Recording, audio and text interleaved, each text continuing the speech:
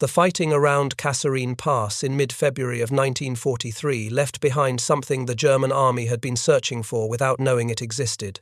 In the wreckage of overrun American positions, in the broken desert terrain west of Tunis, where units of the 1st Armored Division and the 34th Infantry Division had taken some of the worst punishment American forces would sustain in the entire war, German forces recovered an unfamiliar weapon. A metal tube, roughly 54 inches long, 13 pounds empty, with a pistol grip welded partway along the outside, a simple wire shoulder rest at the rear, and 2 crude open sights that looked as though they had been fashioned from bent metal rod. Alongside it was rocket ammunition, finned metal cylinders about 2 feet long, with warheads at the front and wire leads dangling from the tail. The tube had markings stenciled on it in English. Rocket launcher, M1, 2.36 inch. The fighting around Kasserine Pass and at Sidi in mid-February of 1943 had been a rout. The 34th Infantry Division's 168th Infantry Regiment had received its first bazookas on the 12th of February, 1943, 2 days before German armour hit their positions at Sidi Bouzid. The regiment was overrun. The new weapons, in the hands of soldiers who had not fired them, went with everything else the regiment left on the ground. German after-action reports and the Heereswaffenamt's own subsequent development documentation both confirm what followed.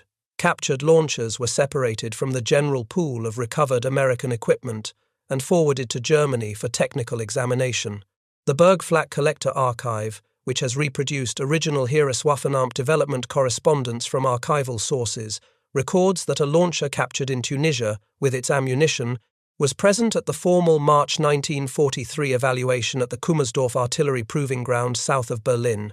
The Bergflak documentation records the specimen used for that demonstration as captured in Tunis, which places the primary capture event in the Tunisian theatre and not, as some secondary sources have speculated, solely among the Lend-Lease examples that had reached Soviet hands. That recovered tube from the Tunisian campaign became the physical starting point for one of the most consequential infantry weapon development programs of the Second World War. The weapon did not look like it should have been able to do what it was designed to do. There were no moving parts visible from the outside. No action, no chamber, no feed mechanism of any kind. The pistol grip and trigger were the most complicated elements of the exterior assembly. A soldier who had trained on bolt-action rifles and heavy machine guns had to recalibrate his understanding of what a weapon was supposed to look like before the bazooka made sense. The Germans examining it in the spring of 1943 had no such adjustment to make. They understood it immediately, because the simplicity was the point. A parallel and smaller stream of M1 launchers had also reached German hands through the Eastern Front. The United States had shipped approximately 3,000 M1 launchers to the Soviet Union under Lend-Lease in 1942. Soviet trials rated the weapon as inadequate for the armoured engagements the Red Army was then conducting, and much of the shipment remained in Soviet depots. Some examples fell to Wehrmacht units during the heavy fighting of 1942 and early 1943. The available evidence, including the Bergflak documentation and the post-war British Technical Intelligence Assessment, points to the Tunisian captures as the primary specimens used for reverse engineering. The Eastern Front examples confirmed what the Tunisian captures showed. The weapon was in broad industrial production, not a limited prototype run. The concept it embodied was real, scaled, and already fielded by the Americans in North Africa. What the German Weapons Office received from the Tunisian battlefield was not a successful weapon.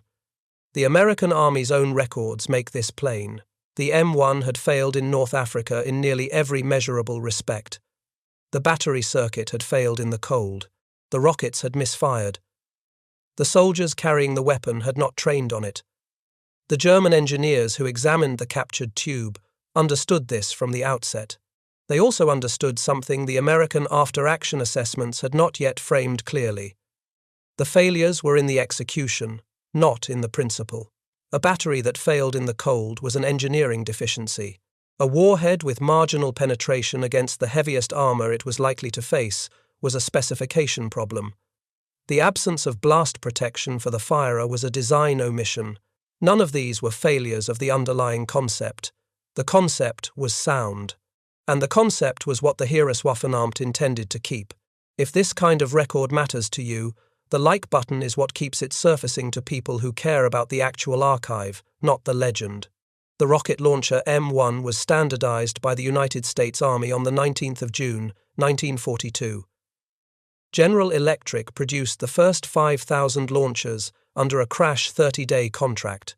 The weapon had moved from prototype demonstration to standardized production in under 6 weeks, which was American industrial capability at its most characteristic, and also a direct explanation for the problems that followed. The men behind the bazooka were Colonel Leslie Skinner of the Army Ordnance Corps and Lieutenant Edward Ohl. In April of 1942, Skinner was carrying a prototype-shaped charge rocket to a demonstration at the Aberdeen Proving Ground in Maryland when he encountered Ohl, who had been developing a rocket-propelled method of launching shaped charge grenades. Skinner had the warhead, Ohl had the delivery system. They combined their work, fashioned a launch tube from a section of electrical conduit pipe, and demonstrated the result on the 19th of May, 1942. Brigadier General Gladion Barnes was present. Barnes reportedly observed that the weapon reminded him of the novelty stovepipe instrument played by a radio comedian named Bob Burns, who called his instrument the bazooka. The name stuck before the day was out. The M1 was 60 mm in calibre. Its M6 anti-tank rocket weighed 3 pounds and 6 ounces. The shaped charge warhead could penetrate approximately 3 inches, or 76 millimeters, of armor plate at perpendicular incidence. Against the oblique angles most tank armor presented in practice, the effective figure was lower. Against the Panzer IV, the most common German medium tank in North Africa throughout the Tunisian campaign, the M1 could threaten side and rear armor at useful ranges. Against the Tiger heavy tank, which the Germans had begun deploying to North Africa in late 1942, the M6 warhead was insufficient even against the side armor at normal combat distances. The Tiger's hull side ran to 80 mm. The M6 managed 76 at perpendicular incidence on its best day. The rated maximum effective range was approximately 300 yards against a stationary target. Against moving tanks in combat, the practical figure was considerably shorter. The rocket followed a curved ballistic arc rather than the flat trajectory of a rifle bullet, which required the operator to develop an instinctive sense of lead and elevation at varying distances. That instinct came from sustained training and practice. The units that went ashore in North Africa with Operation Torch in November of 1942 had not trained on the weapon. The American official record acknowledges this plainly. General Eisenhower learned on the night before the landings that none of his troops had been trained on the rocket launcher M1. The firing circuit was the critical engineering failure. The M1 used 2 dry cell batteries, housed inside the pistol grip, to produce the electrical current that ignited the rocket motor's squib. Dry cell batteries lose capacity in cold weather, degrade with storage, and fail when moisture enters the housing. In the Tunisian winter, in the mud and rain of the Allied lines in the mountains west of Tunis and Bizerta, the circuit was unreliable in the moments when reliability mattered most. A soldier who squeezed the trigger and got nothing had a tube. This was not a rare failure. American after-action records from the Tunisian campaign document battery malfunction as a systemic problem, not an isolated incident. The squib ignition system demanded a consistent voltage to fire reliably. Cold temperatures drop the voltage a dry cell battery can deliver. The deeper the cold, the lower the available voltage, and Tunisia's winter nights dropped well below freezing in the mountain terrain where the early fighting took place. A battery that had been sitting in a storage depot before being issued, which was the normal supply chain condition for equipment reaching units in North Africa in late 1942, had already lost a fraction of its charge before a soldier ever picked it up. Add the moisture of winter rain and the problem compounded. The result was a weapon that might or might not fire on any given squeeze of the trigger, and no way for the soldier to know which it would be until the moment he needed it to work. The M6 rocket had its own documented problems, separate from the firing circuit. Field reports from Tunisia recorded failures to ignite and failures to detonate on impact. The fusing was not consistent. A senior American general officer who visited the front in early 1943 and specifically sought out soldiers equipped with the M1 reported that he could not find men who could confirm the weapon had stopped an enemy tank.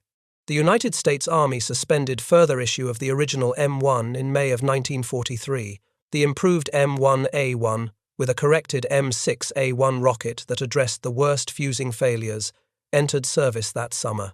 On Sicily in July of 1943, the improved bazooka demonstrated genuine capability. A crew with the M1A1 claimed confirmed kills on 4 medium German tanks and 1 Tiger.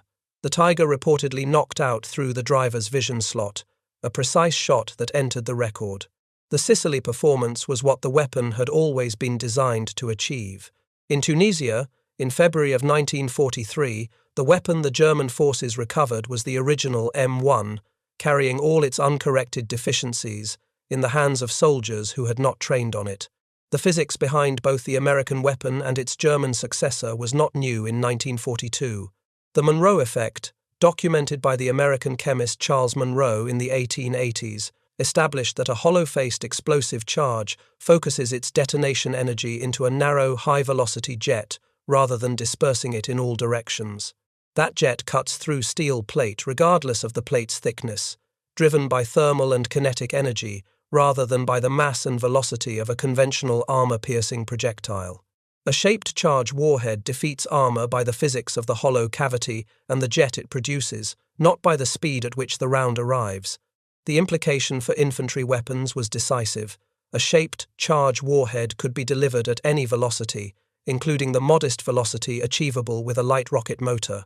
The Germans had been applying shaped charge physics in infantry weapons since at least 1941, in hollow charge rifle grenades and in the Haftholledung magnetic anti-tank mine.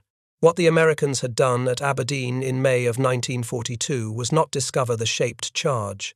They had put it on a rocket motor inside a reusable man-portable tube that kept the infantrymen outside the tank's most lethal immediate defensive zone. That combination was the concept the German army needed and did not have.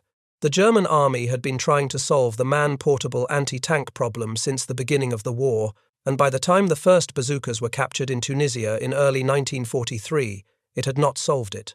The standard anti-tank gun of the German infantry battalion in September of 1939 was the 37mm Park 36. By the summer of 1941 on the Eastern Front, against the Soviet T-34, it was obsolete. The T-34 had appeared in significant numbers in the fighting around Kiev and Smolensk, and German anti-tank crews discovered that the 37mm round could not reliably penetrate its frontal armor at combat distances. German infantrymen called the Park 36 the Heereswaffenamt, the army door knocker. The name expressed their professional assessment of what the gun did to Soviet armor from the ranges at which a gun crew could survive the encounter. The 50mm Pak 38, which replaced it in frontline service, was more capable against Soviet medium armor, but it weighed over 900 kilograms, required a trained crew of 5, and needed a vehicle to move. The 75mm Pak 40, which entered service in 1942 and was genuinely effective against most Soviet armor, weighed over 1,400 kilograms on its carriage and required at minimum a half-track to reposition under fire. None of these was a weapon a squad could carry to a new position on foot. All required emplacement, trained artillery crews, and ammunition supply chains feeding a fixed or semi-fixed position. In fluid fighting, in broken terrain, in the moment when German infantry found a tank in their midst with no gun crew nearby, the options were grim. The man-portable anti-tank options all required the soldier to close with the tank. The Haftholledung magnetic hollow charge mine required him to physically reach the hull. The German training pamphlets on anti-tank tactics by the end of 1941 included sections on attacking tanks with explosive charges, with Molotov cocktails, with hand grenades thrown into open hatches. These sections existed because the German army had units in contact with Soviet armor without adequate, dedicated anti-tank weapons. That the pamphlets were written at all was an admission of the gap. The Faust Patron development line, which would evolve into the Panzerfaust, was producing a disposable close-range weapon effective at 30 meters in its initial variant, extended to 60, and then 100 meters in later versions. Even at 100 meters, the firer remained within effective range of the tank's hull machine gun. The Faustpatrone was a weapon for fighting tanks when the situation had already placed the soldier in proximity to a vehicle that was actively trying to kill him. It was a last resort, not a tactical solution. The second German development line had produced the Raketenwerfer 43, known to German troops as the Pupchen, meaning doll. It fired an 88mm shaped charge rocket from a small wheeled carriage. The warhead was adequate against most Soviet armor in service in 1942 and 43, but it weighed over 146 kilograms in service configuration and required a crew and towing arrangement to move between positions. Man-portable it was not. The German army had a close-range disposable weapon and a carriage-mounted rocket launcher. It did not have what the Americans had demonstrated at Aberdeen, a reusable, shoulder-fired tube that a single infantryman could carry anywhere on foot and fire at ranges that kept him out of the tank's most immediate defensive zone. The captured M1 arrived at the Heereswaffenamt carrying a solution to a problem the German army had not solved. Better still, the Germans already had the 88mm Pupchen warhead in production. What they lacked was the delivery method. The combination was achievable without developing a new warhead from scratch, which was the single most time-consuming element of any new anti-tank weapon program. The formal evaluation at Kummersdorf took place in March of 1943. The captured M1 was test-fired alongside the Faustpatrone prototype then in development. The men of Waffenprüfamt 11, the rocket and special equipment testing branch of the Heereswaffenamt, were not encountering a mystery. The shaped charge physics was well understood. The rocket motor delivery principle was well understood. What the captured American tube demonstrated was that the combination could be achieved in a configuration man-portable enough for standard infantry, manufacturable at mass war scale, and effective at ranges that moved the firer beyond the tank's most dangerous immediate zone. The formal comparison at Kummersdorf between the Faustpatrone prototype and the captured American launcher made clear that both weapons had merit and different tactical applications. The Faustpatrone's simplicity and low cost made it suitable for mass issue. The American launcher's greater range and reusability made it suitable for a different role. The decision to produce a German derivative of the American design was taken within weeks of the evaluation. The Heereswaffenamt development files on the program are held in the RH8 record series at the Bundesarchiv Militärarchiv in Freiburg, covering Army Weapons Office correspondence and technical assessments. Portions of those records, including the Geräteliste entries and early development documentation, have been reproduced in the specialist technical literature, most accessibly through the Bergflack Collector Archive, which has transcribed original documents obtained from archival sources with detailed technical commentary. That record shows 3 specific decisions, each addressing a specific failure in the captured weapon. The first decision was the caliber. The M1 fired a 60mm rocket. The German engineers chose 88mm. The choice was driven by a supply chain fact more than by a desire for greater penetration, though greater penetration was the result. The German army already had an 88mm shaped charge warhead in production. The Raketen Panzerbuchse Granate 4312 had been developed for the Pupchen and was coming off production lines as the Kummersdorf evaluation proceeded. By designing the new launcher around that caliber, the Waffenprüfamt engineers avoided the development time and production capital that an entirely new warhead would have required. The modification they made to the Pupchen round was substantial, but not a new design from scratch. The round's original percussion primer was replaced with an electrical squib, compatible with the new launcher's firing circuit. The motor housing was lengthened to suit the new launcher's greater engagement distances. Improved stabilizing fins were added, derived from testing at Kummersdorf. The shaped charge warhead element itself, the critical penetrating component, required no change at all. It was the same copper-lined hollow charge assembly that had already been demonstrating its effectiveness against Soviet armor in Pupchen carriage tests. What the Waffenprüfamt engineers had done was take a proven shaped charge element, put it on a longer motor tube, and make it compatible with a man-portable launch system. The development time for the warhead was effectively 0, because the warhead had already been developed, tested, and put into production for a different weapon. The resulting round, designated the Raketen Panzerbuchse Granate 4322, could penetrate approximately 160 mm of armor at 60 degrees of incidence, roughly twice that figure at perpendicular impact. Against the T-34's frontal armor, it was adequate. Against the IS-2 heavy tank, which the Red Army was in the process of introducing in early 1944 with its heavily reinforced glacis plate, the situation was more demanding, but the warhead still had the capability to penetrate side and rear armor.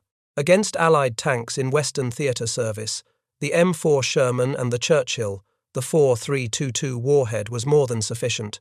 Colonel Leslie Skinner and Lieutenant Edward Oole's M1 had managed approximately 76 mm at its best, at perpendicular incidence. The German engineers, by matching their new launcher to a round already in production, had produced a warhead capable of more than double that penetration without developing a new shaped charge element. The penetration difference mattered not just in absolute terms, but in how it changed what was possible for the man carrying the weapon. The M1 required a close shot at a favorable angle to defeat most German medium armor. The Panzerschreck could threaten any Allied or Soviet armored vehicle from the engagement angles a firer in a hedgerow or a ruin would naturally face. Those are different weapons in any practical sense. The Pupchen round that the German engineers adapted into the 4.322 had already accumulated test data from carriage trials at Kummersdorf. The engineers at Waffenprüfamt were not guessing at what the modified warhead would do. They were applying known penetration data from a round in production to a new delivery system. That confidence in the warhead's performance, backed by documented results rather than projection, mattered at a moment when the development program had no time to spare. The second decision was the firing system. The battery was the M1's field reliability failure. The German engineers replaced it with a hand-powered impulse magneto, a compact generator that produced the required electrical firing pulse when the trigger mechanism drove a spring-loaded plunger against a set of contacts. The plunger was held under spring tension in the ready position. Squeezing the trigger released the spring, which drove the plunger against the contacts and generated the firing pulse. The device required no consumable energy source, needed no maintenance beyond keeping the contact surfaces clean, and maintained reliable function after extended storage in field depots. The magneto's advantage over the battery was not merely theoretical. A magneto generates its own current at the moment of use. It does not depend on stored chemical energy that degrades with time and temperature. In the conditions that had caused the M1 to fail in Tunisia, cold winter weather at the end of a long supply chain, the magneto simply worked. When the Americans later developed the M9A1 Bazooka as the replacement for the M1, the magneto firing system was among the improvements specifically incorporated. The Germans had built it in from the outset of their own program, because the captured weapons battery housing had already explained precisely why the M1 had failed in the conditions the German army needed its new launcher to survive. The third modification arrived not from the design office but from the Eastern Front itself, in the form of a written field report from a battalion officer who had operated the early production launcher and documented what it needed. The earliest production launchers, which began reaching Eastern Front units in October of 1943, had no blast protection. The rocket motor continued burning for approximately 2 meters after leaving the tube. Propellant exhaust struck the firer's face and hands. Initial operational guidance required the firer to wear a full poncho and a gas mask without its filter canister to manage the propellant exposure. This was workable in a controlled training environment. In most combat situations, in cold weather, under fire, with a loader alongside, it was not. Unit commanders on the Eastern Front documented the problem in routine after-action reports through October and November of 1943. The reports were consistent across multiple formations receiving the weapon. The Heereswaffenamt received them. Oberleutnant Riechers, serving with Panzerjägerabteilung 229, the 229th Anti-Tank Battalion, submitted a formal written proposal to the Heereswaffenamt in early November of 1943. His unit had received the early production launcher in October, and his report reflected direct field experience with the propellant exposure problem. He characterized the poncho and gas mask requirement as a measure that was degrading the weapon's tactical effectiveness through the time it demanded and the equipment availability it required. A weapon that forced the crew to go through a preparation sequence before they could fire was a weapon that could lose the engagement during that sequence. The proposal Riechers submitted specified a sheet steel blast shield, 36 cm by 47 cm, mounted ahead of the pistol grip on a bracket welded to the tube. At the center of the shield was a small oval window of mica, a silicate mineral that was heat-resistant to propellant exhaust temperatures, transparent enough for the firer to aim through, and available from existing German industrial supply chains without special procurement. The shield added weight and was a manufacturing addition to the production line. It was not a complex engineering challenge. The Heereswaffenamt accepted Riechers' proposal. Retrofit kits were issued to units already holding the early production launcher. From February of 1944, the shield was incorporated directly into production. Every Panzerschreck manufactured from February of 1944 came from the factory with it already fitted. The flat, rectangular steel face with the oval mica window at its center, the visual signature of the weapon in every preserved example and every wartime photograph, was the direct product of Oberleutnant Riechers' written report in November of 1943. He is the only individual name reliably attached in the surviving documentation to a specific design change in the Panzerschreck's development record. The Heereswaffenamt took a frontline officer's written complaint and turned it into the weapon's most immediately recognizable feature, that there is only one individual name in the record, and that it belongs to a junior officer writing a field report rather than to an engineer at Waffenprüfamt, says something about how the Panzerschreck was actually developed. It was not a project with a named chief engineer and a credited team, the way many weapons programs are represented in retrospect. It was an institutional response to a captured item of enemy equipment conducted by the branch of the Heereswaffenamt, whose job was exactly that kind of reverse engineering and adaptation. The design decisions that produced the Panzerschreck were made by the organization, not by individuals who put their names to the work. The exception is Riechers, whose contribution was distinctive enough and documented in a form personal enough to survive in the record as his specifically.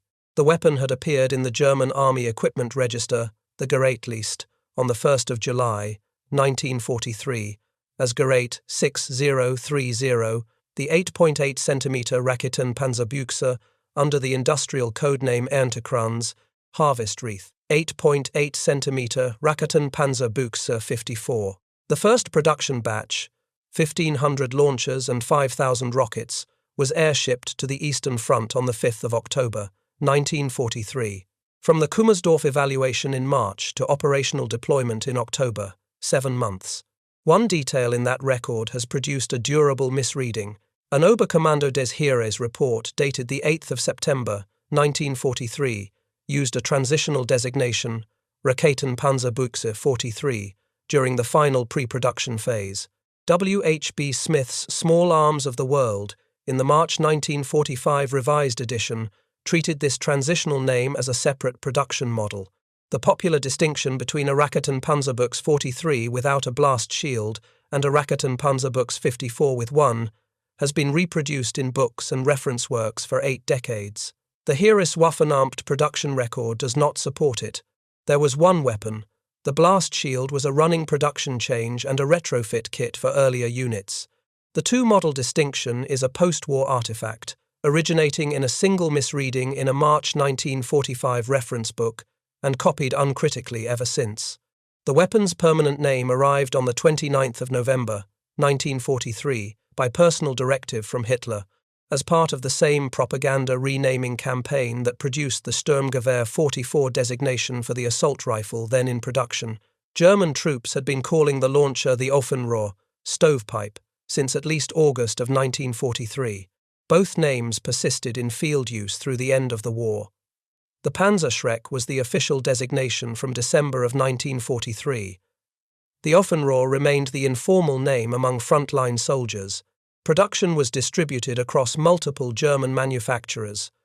The principal producer was Hassag, the Hugo Schneider AG company, at its Muselwitz plant in Saxony. Additional production came from Ensinger Union at Federsheim, Gebrüder Scheffler in Berlin, Jeckel at Freistadt in Silesia, Kronprinz at Solingen, and the Schricker firm at Fürthwach in Bavaria. Gordon L. Rottmann, in Panzerfaust and Panzerschreck, the 36th volume of the Osprey Publishing Weapons series published in 2014, records total production across all Panzerschreck variants as 314,895 launchers, with over 2 million rockets. The figure covers 3 distinct production configurations: the original shieldless launcher from October of 1943 through January of 1944, the shielded production standard introduced in February of 1944, following acceptance of Riechers' proposal, and the late-war Rakuten Panzerbuchse 54/1, which appeared in late 1944 with a rocket whose propellant burned out completely inside the tube before the projectile left the muzzle, eliminating the residual exhaust problem at its source, shortening the launcher by approximately 30 centimeters, and extending effective range to 180 meters. The production total of 314,895 launchers is the authoritative figure from the primary documentation. Earlier estimates in the secondary literature, reflecting production counts through mid-1944 only, understated the total by excluding late-war output. The unit cost of a Panzerschreck was 70 Reichsmarks, which needs a comparison to mean anything. The 37mm Park 36, which the German army had already declared obsolete, had cost 5,730 Reichsmarks to produce. A Panzerschreck capable of defeating any Allied or Soviet tank in service in 1943 and 44 cost less than 1.25% of that price. The entire first production batch of 1,500 launchers totaled 105,000 Reichsmarks. A single field artillery piece cost more than the entire first combat deployment of the weapon that would, within weeks, be threatening Allied armor across the Eastern Front. What the captured tube from Tunisia had revealed to the Heereswaffenamt was not primarily technical, it was economic and organizational. A shaped charge rocket launcher manufactured at this cost and issued in large numbers to standard infantry, without towed carriage or specialized gun crew, changed the arithmetic of armored warfare at the squad and platoon level. Before October of 1943, German infantry confronting Allied armor had no organic weapon capable of engaging at useful range without requiring the soldier to close with the vehicle. After October of 1943, the German infantry battalion carried a launcher its own soldiers could take anywhere on foot, in any terrain, in any weather, without coordinating with the divisional anti-tank battalion or calling for armored support. A Panzer Grenadier regiment with adequate Panzerschreck supply could contest the advance of Allied armored units through terrain that had previously been vulnerable only to dedicated anti-tank guns or tank support. By January of 1944, German records show 21,141 Panzerschreck launchers had been issued to combat units, with 39,526 in depots. Eastern Front formations reported on the weapon's performance against the T-34 and, as that winter progressed, against the IS-2 heavy tank, introduced by the Red Army in strength in early 1944, with a 120mm main gun and heavily reinforced frontal armor. Against the T-34, the warhead was adequate from most angles. Against the IS-2's frontally sloped glacis plate, a well-placed shot at a favorable angle was required. The IS-2 was not invulnerable to the Panzerschreck, but it demanded more from the crew who engaged it. The Panzerschreck's distribution by formation type reflected the Heereswaffenamt's priorities. Panzer Grenadier divisions and dedicated Panzerjäger anti-tank battalions received priority allocation. Standard infantry divisions received the weapon as production volumes permitted.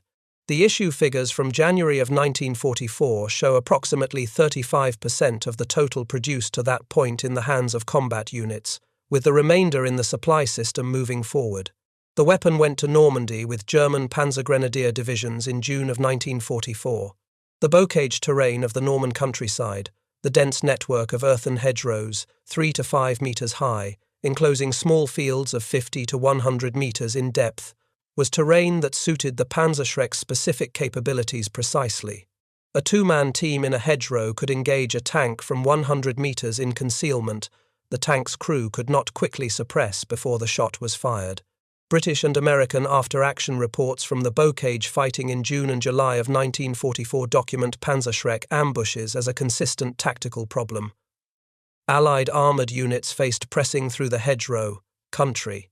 German Panzer Grenadier formations in Normandy, among them the 2nd Panzer Division and the Panzer Lehr Division, were equipped with the weapon by the time of their deployment to the Bocage. The Panzerfaust and the Panzerschreck addressed different tactical problems in that terrain. The Panzerfaust, effective at close range, was the weapon of fortified buildings and close ambush. The Panzerschreck, effective to 150 meters in its standard form, was the weapon of the hedgerow itself, where engagement distance made immediate suppression by the tank's secondary weapons genuinely difficult.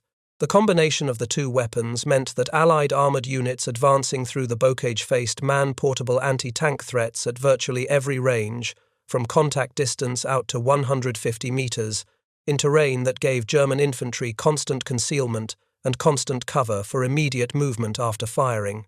Allied armoured doctrine adapted to this through painful experience. Units that advanced past hedgerows without prior infantry clearance paid for it. Units that waited for infantry to clear each successive row of bocage before armour advanced found the advance measured in hundreds of metres per day rather than kilometres. The Panzerschreck was not the only factor in that equation, but it was a documented and consistent one. If this material reaches the kind of viewer who cares about what the documents actually say, the subscribe button is what brings the next document to them. Most people watching this channel have never subscribed. The archive keeps coming regardless, but the button is there. In Italy, the Panzerschreck appeared with Wehrmacht formations along the Gustav Line in the winter of 1943–44 and along the Gothic Line the following summer. Finnish forces used the weapon against Soviet armour during the defensive battles of the summer of 1944, including at Tali-Ihantala in June and July, the largest land battle in Finnish military history, where Finnish forces halted a Soviet offensive supported by several hundred armoured vehicles. Hungarian forces employed the weapon at Operation Spring Awakening in March of 1945, Germany's last major armoured offensive, in the Lake Balaton region of western Hungary. The weapon's primary tactical liability across all these theatres was the smoke signature. The propellant exhaust produced a large, immediately visible cloud at the moment of firing, revealing the position of the firer. Oberkommando des Heeres training materials addressed this directly. Select the position before the engagement, prepare a secondary position before firing, hold fire until the target is within reliable engagement range. In open terrain, a team that fired once could expect suppressive fire on their position within seconds. The weapon was most effective in broken terrain, dense vegetation, and urban rubble where the smoke dispersed quickly and the firer had cover available in multiple directions. German tactical pamphlets documented the liability candidly rather than minimizing it, the same way American after-action reports from Tunisia had documented the M1's battery failures candidly. Honest professional assessment of a weapon's shortcomings on both sides was built into the record from the start. The Vonderfront für die Front operational bulletin series of the Oberkommando des Heeres addressed the Panzerschreck in the 6th of June, 1944 issue. It described the weapon as a Kriegskind, a child of war, meaning a weapon produced under the pressure of operational necessity without time to resolve all its design compromises. This was the German Army's own professional assessment of its own product. The soldiers using the weapon were being told by their high command that it had been rushed into service with real limitations and that they needed to understand those limitations as precisely as its capabilities. The American Army had said the same thing about the M1 in its own reports from Tunisia 18 months earlier. The American response to encountering the Panzerschreck in the field was to begin developing a successor. The United States Army Ordnance Corps initiated formal development of the M20 Super Bazooka in October of 1944 after captured Panzerschrecks had been tested alongside the M1 series and the performance gap had been quantified. The M20 was specified at 3.5 inches, 89 millimeters, in calibre, explicitly matched to the German weapon's penetration range. The design program was not complete before the German surrender in May of 1945. The M20 entered service in 1950 and first saw combat in Korea that summer, urgently needed against Soviet-supplied armour in the North Korean inventory. From the Aberdeen demonstration in May of 1942 to the M20's first combat use in Korea in 1950, 8 years. From the capture of the M1 in Tunisia in early 1943 to the first Panzerschrecks on the Eastern Front in October of 1943, 7 months. The gap between those numbers reflects something precise about the structural difference between inventor and inheritor.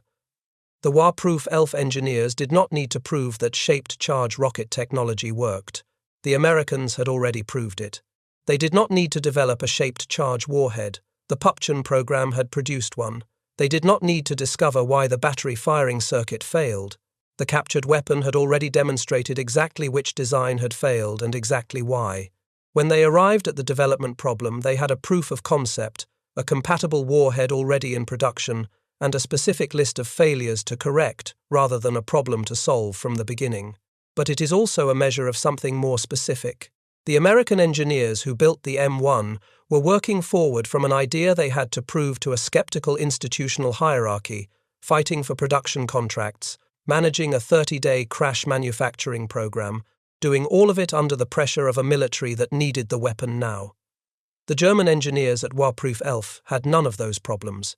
They were working from a fact already established on a proving ground in Maryland and confirmed in the wreckage of American positions in Tunisia. The concept worked. The failures were known. The path was shorter because most of the path had already been walked. The American engineers had created something important. The German engineers had made it work. The post-war document that closes the record on the Panzerschreck's origins is British Intelligence Objectives Subcommittee Final Report, number 99, titled Development of German Panzerfaust and Other Hollow Charge Weapons. It was prepared from direct interrogation of German weapons engineers and inspection of German manufacturing facilities by British technical intelligence teams in the weeks following the German surrender in May of 1945. The report is held at the National Archives at Kew. It is the primary post-war document from engineers with direct knowledge of the Heereswaffenamt hollow charge weapons program, prepared at a moment when those engineers had every incentive to be straightforward with their British interrogators about what they had done and how they had done it. The BIOS Final Report number 99 records that German engineers confirmed the captured M1 was the direct trigger for the Warproof ELF development program, and that the decision to produce a German derivative was taken within weeks of the first technical examination in the spring of 1943. The engineers described the relationship without equivocation. The Panzerschreck was a derivative. The operating principle of the captured American weapon was retained. The execution was corrected. The captured tube provided the proof of concept and the design baseline. What the German engineers contributed was the caliber matched to the Pupchin warhead already in production, the magneto that replaced the failing battery, and the blast shield that Oberleutnant Riechers had proposed from the field. The BIOS report is the post-war confirmation from the engineers themselves of what the Heereswaffenamt development files, the Great List entries, and the American intelligence bulletins had described from their own angles throughout and after the war. The American War Department Military Intelligence Service issued its own assessment in the Intelligence Bulletin of November 1944, in a report titled German Anti-Tank Weapons. The bulletin used the phrase frank copy to describe the weapon's relationship to the M1. It described the 88mm caliber, the magneto firing system, both German names, Offenrohr and Panzerschreck, and assessed penetration as sufficient to defeat any Allied armoured vehicle at ranges up to approximately 160 yards. American soldiers were advised to watch for Panzerschreck teams in covered positions in bocage terrain and in built-up areas. The Intelligence Bulletin of March 1945 returned to the Panzerschreck in the context of the Battle of the Bulge, noting again that its penetration exceeded any Allied man-portable anti-tank weapon then in service. What that characterization did not fully convey was the degree to which the copy had exceeded the original. The penetration was more than double. The firing system worked reliably in the conditions that had caused the original to fail. The blast shield was an improvement the American weapon never received, proposed not by Warproof ELF but by a frontline officer who had operated the unshielded launcher in the field and written down what it needed. On every technical measure that mattered in combat, the derived weapon had gone past the original. 3 independent lines of documentation converge on the same account. The Heereswaffenamt's own internal records describe a decision taken in the weeks after the Kummersdorf evaluation in March of 1943. The BIOS Final Report, number 99, prepared from interrogation of German engineers in May of 1945, confirms the same decision in the engineer's own words. The American intelligence assessments of November 1944 and March 1945 describe what arrived on the Allied side of the line as the consequence of that decision.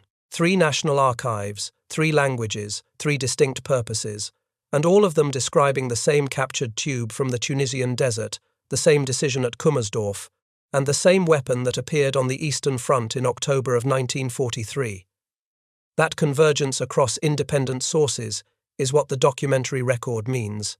The Heereswaffenamt development files are in the RH8 records series at the Bundesarchiv Militärarchiv in Freiburg. The first full operating manual, the Gebrauchsanleitung D1864/1, dated the 7th of June, 1944, survives in institutional and private collections. The Merkblatt 77/2 of the 7th of December, 1943, is the earliest surviving training bulletin for the weapon, predating the official manual by 6 months. The BIOS Final Report number 99 is at the National Archives queue. The American War Department intelligence bulletins of November 1944 and March 1945 are in the open literature. Gordon L. Rottmann's Panzerfaust and Panzerschreck, Osprey Weapons Series Volume 36, published in 2014, provides the most comprehensive English-language account of both weapons production and operational history. Ian V.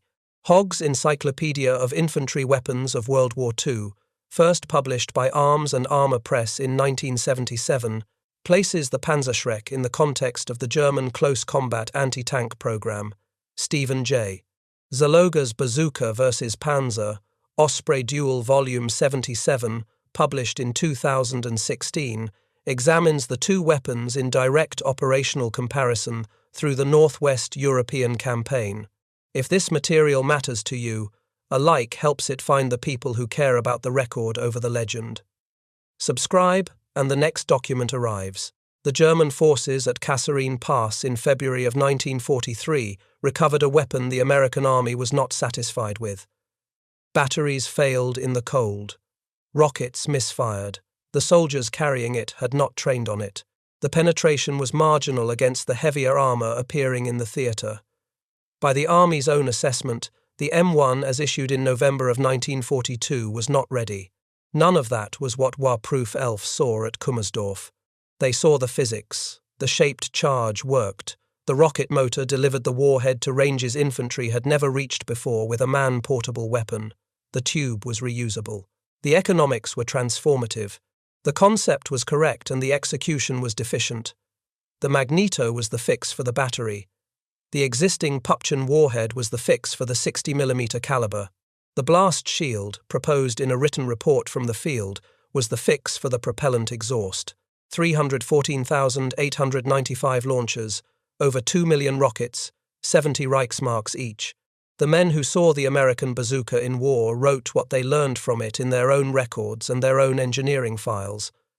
The record of that development survives in the archives and has not changed. The captured tube from Tunisia is in it. The weapon it became is in it too.